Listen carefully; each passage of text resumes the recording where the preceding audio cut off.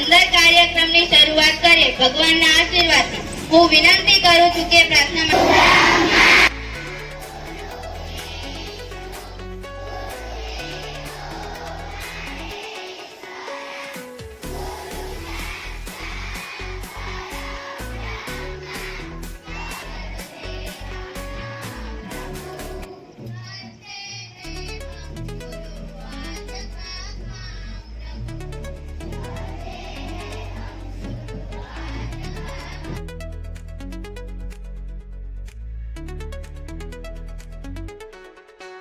I am Shankar Makwana.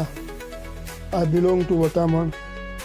તારીખ 27 March 2026 ને શુક્રવાર આજ રોજ વટામણ કન્યા પ્રાથમિક શાળાની ધોરણ 8ની બાળાઓનો વિદાય કાર્યક્રમ ગોઠવવામાં આવ્યો, જેમાં મારા સાથી મિત્ર અને વાયણા CRC શ્રી ભરતભાઈ સાહેબ ઉપસ્થિત રહ્યા।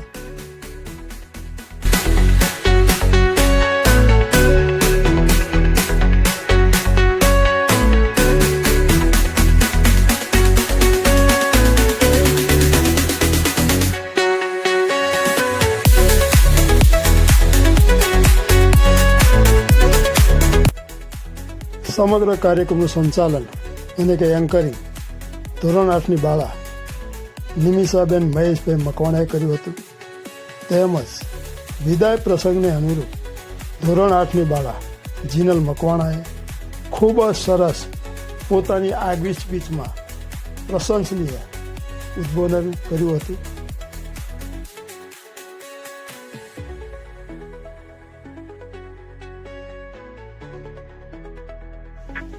તેમજ ધોરણ 5ની બાળા નિષ્ઠાબેન છનાભાઈ જોગી નિપુણ ભારત અંતર્ગત વર્ષ 2025માં ઝોન કક્ષાએ વક્તૃત્વ સ્પર્ધામાં ભાગ લીધો હતો, એટલે કે વાર્તા કથનમાં ભાગ લીધો હતો અને તેમાં વટામણ કન્યા પ્રાથમિક શાળાનું નામ રોશન કર્યું હતું। તેઓ આજ નિષ્ઠાબેન જોગી પણ ધોરણ 8ના વિદાય સમારંભ અંતર્ગત ખૂબ જ શાયરી સાથે અને સરસ મજાની સુવિચાર સાથે મનમોહક અને પ્રશંસનીય વક્તવ્ય આપ્યું હતું, જે સાંભળવા લાયક છે।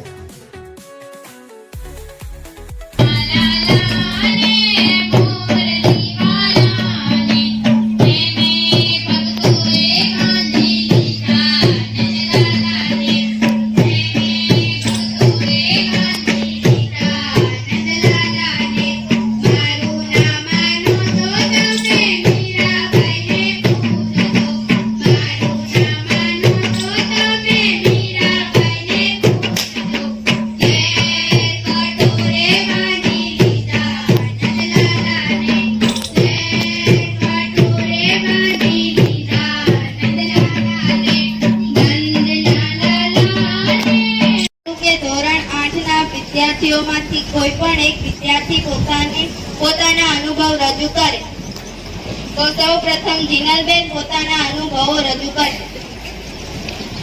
તથા મારા પ્રિય મિત્રો, આજે હું આ વિદાય સમારોહના અંદર 8 વર્ષનું વર્ણન કરીશ। આજનો આ દિવસ ખુશી જ્ઞાન એક સફળ ઇન્સાન બનાયા અમારે। શાળા એક એવું સ્થાન છે જ્યાં આપણને ઘર પછી સૌપ્રથમ સમય વ્યતીત કરવો છે। ભલે આપણે જુદી જુદી જગ્યાઓથી આવ્યા હોઈએ, પરંતુ શાળામાં આવ્યા પછી બધા એક સમાન હતા, કારણ કે આપણે સૌ એક યુનિફોર્મ રહેતા હતા। જ્યાં શાળાએ આવ્યા ત્યારે રડતા રડતા આવ્યા, અને જ્યારે શાળાને છોડીને જઈએ છીએ ત્યારે આપણે આંખમાં હું આચાર્યશ્રી અને શિક્ષકોને ધ્યાનદાર કરી કે જેમણે અમને શાળામાં ઘર જેવું વાતાવરણ આપ્યું। અમને શિક્ષકો જેમને હંમેશા અમારું ભવિષ્ય ઉજ્જવળ બનાવવા પ્રયત્નો કર્યા અને અમારા સપના પૂર્ણ કરવા સહયોગ આપ્યા। અમારી શાળા શિક્ષકોને અમારા સૌરભ થેન્ક યુ, અમને સારું ભણાવવા માટે। તમે આ શાળાથી આગળના જીવનના નવા માર્ગ ઉપર જઈ રહ્યા છો। યાદ રાખજો કે સફળતા મહેનત, ધીરજ અને સંસ્કારથી મળે છે। આ પ્રસંગે એક પ્રેરણાદાયી શાયરી કહું છું। સપનાઓને પાંખ આપો, સપનાઓને પાંખ આપો, મહેનત તમને સાથ આપશે। હવે હું ધોરણ 5 ની વિદ્યાર્થી નિષ્ઠાબેનને વિનંતી કરું કે તે પોતાની સ્પીચ રજૂ કરે.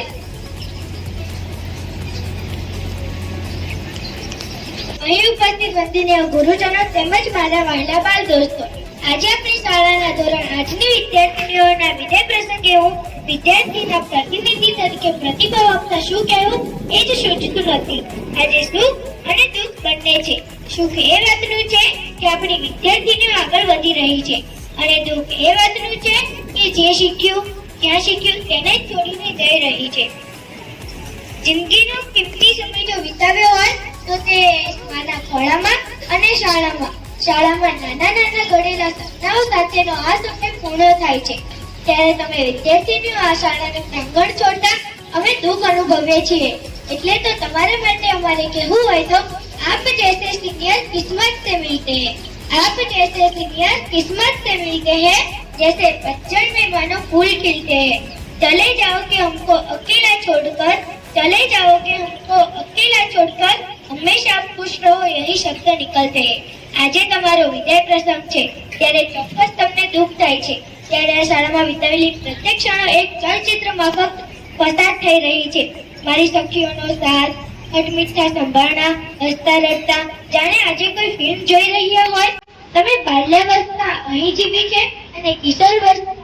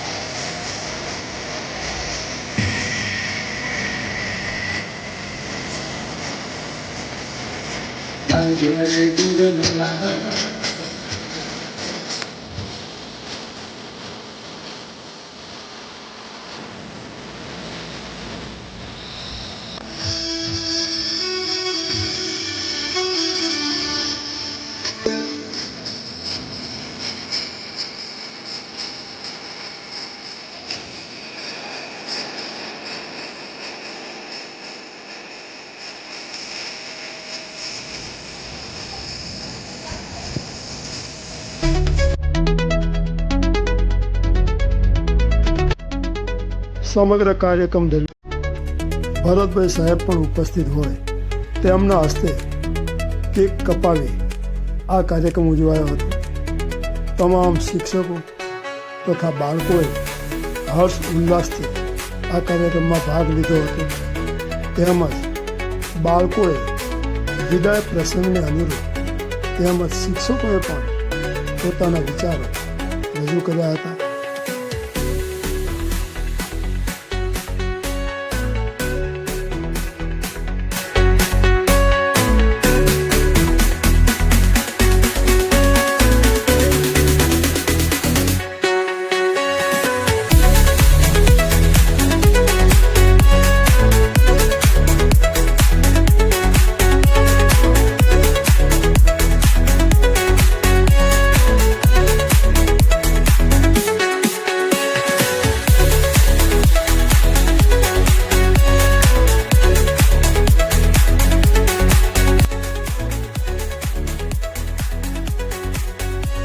બાળકો દ્વારા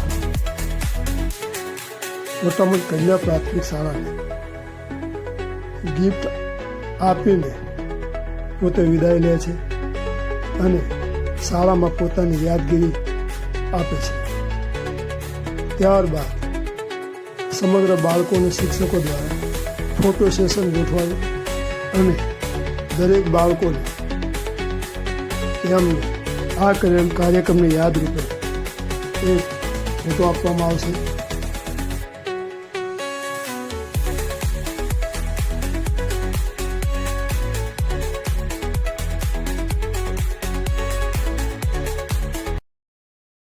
શિક્ષક મિત્રો અને મારી વાલી વિદ્યાર્થી, આજે આપણે ધોરણ 8નો વિદાય સમારંભ ઉજવીએ છીએ, બરાબર? વિદાય આમ તો બહુ અઘરો શબ્દ છે. અઘરો શબ્દ લાગે ને કે ના લાગે, પણ તમારા માટે વિદાય જરૂરી છે ને, તમારી પ્રગતિ માટે. તમે અહીંયા પ્રાથમિક શિક્ષણ પૂરું કર્યું એ તમારું એક પગથિયું પૂરું થયું શિક્ષણનું. હવે તમે માધ્યમિકમાં જતો, માધ્યમિકમાં જાઓ, બહુ સરસ ભણો, ભણવામાં સરસ ધ્યાન આપજો, આગળ વધો અને તમારા સપનાઓ પૂરા કરો. અને ક્યાંય જીવનમાં અટવાઈ જાઓ, ગૂંચવાઈ જાઓ તો તમારા વડીલો અને તમારા બધા ગુરુજનો હાજર જ છે તમારી માટે. આ શાળાના દરવાજા હંમેશા ખુલ્લા થઈ તમે માર્ગદર્શન માટે આવી શકો છો. એક શ્લોક છે સંસ્કૃતમાં, ઉદ્યમે નહીં સિદ્ધ્યંતિ કાર્યાણીના મનોરથૈ નહીં સુપ્તસ્ય સિંહસ્ય પ્રવિશંતિ મુખે મૃગા. એટલે તમે જે સપનાઓ જુઓ છો ને એને સાકાર કરવા માટે શું કરવું પડે? મહેનત કરવી પડે ને. માત્ર સપનાઓ કે તમે એવું વિચારો કે હું ડોક્ટર બની જાઉં, પોલીસ બની જાઉં, પણ ખાલી વિચારવાથી થવાય નહીં. એના માટે તમારે સખત મહેનત કરવી પડશે. જેમ સિંહ જંગલનો રાજા હોય તો એ કોઈ શિકાર એને જોડે આવીએ સામેથી કે લો સિંહ રાજા અમને ખાઈ જાઓ એવું કે, એને પણ રાજા હોવા છતાં શિકાર કરવા માટે જવું પડે ને, એના ખોરાક માટે એને મહેનત કરવી પડે છે. તો આપણે આપણા સપનાઓ પૂરા કરવા માટે ખૂબ જ મહેનત કરો, આગળ વધો, ગામનું નામ રોશન કરો, શાળાનું, તમારા મમ્મી પપ્પાનું, અને ખૂબ પ્રગતિ કરો એવી ખૂબ ખૂબ શુભેચ્છાઓ. Thank you.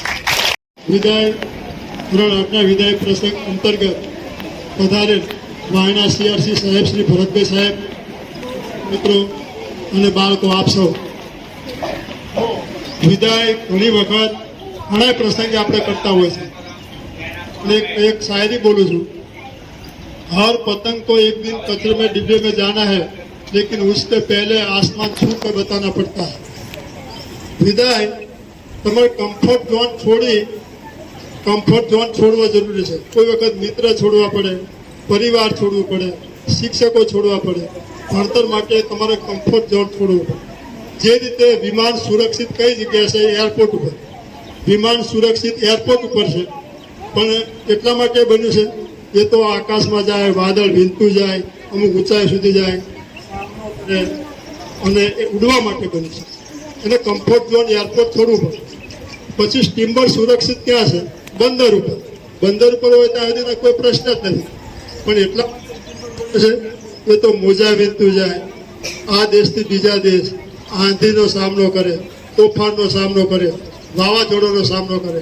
એટલે કે કમ્ફર્ટ ઝોન છોડવો પડે. તમે વિદ્યાર્થી છો, તમારે ઘણી પણ મુશ્કેલી, અને ખરેખર મુશ્કેલી હોય છે એમ કહીએ તો ચાલે, તો ઘણી મુશ્કેલી પણ આવે, પરંતુ આપણે એટલા માટે બન્યા છીએ કમ્ફર્ટ ઝોન છોડવો પડશે, વધવા માટે ત્યાગવું પડશે. જે ત્યાગે તે આગે. બીજા નંબરમાં હવે ઉપવાસ, પહેલા આપણે એવું હતું ઉપવાસમાં કે બધું ફરાળ ખાતા અને ખાવીને ઉપવાસ કરતા. હવે જમાનો બદલાય. હવે ઉપવાસ કયો કરવાનો છે? એક દાડો ફેસબુક ના વાપરવી, એક દાડો મોબાઈલ બાજુ મૂકી દેવી, એક બાજુ એનો ઉપયોગ ના કરી. હવે આવો ઉપવાસ કરવાની જરૂર છે. તમને માઇન્ડ એકદમ ફ્રેશ લાગશે, બરાબર, ભણવા માટે. અને બીજા નંબરમાં હું તમને બીજા નંબરમાં એવી સલાહ આપું છું, એવું કોઈ દી નહીં વિચારવાનું કે ભાઈ મારા ઓછા ગુણ આવ્યા. HSC અને SSC 10મા-12મા ધોરણે જ્યારે પરીક્ષા આવશે ત્યારે ઘણા છોકરાએ ખૂબ મહેનત કરી હોવા છતાં એને ગુણ ઓછા આવશે અથવા નપાસ પણ થઈ શકે. તો હિંમત હારવાની નથી. ઓછું ભણેલા લોકો પણ ઇતિહાસ બનાવી શકે.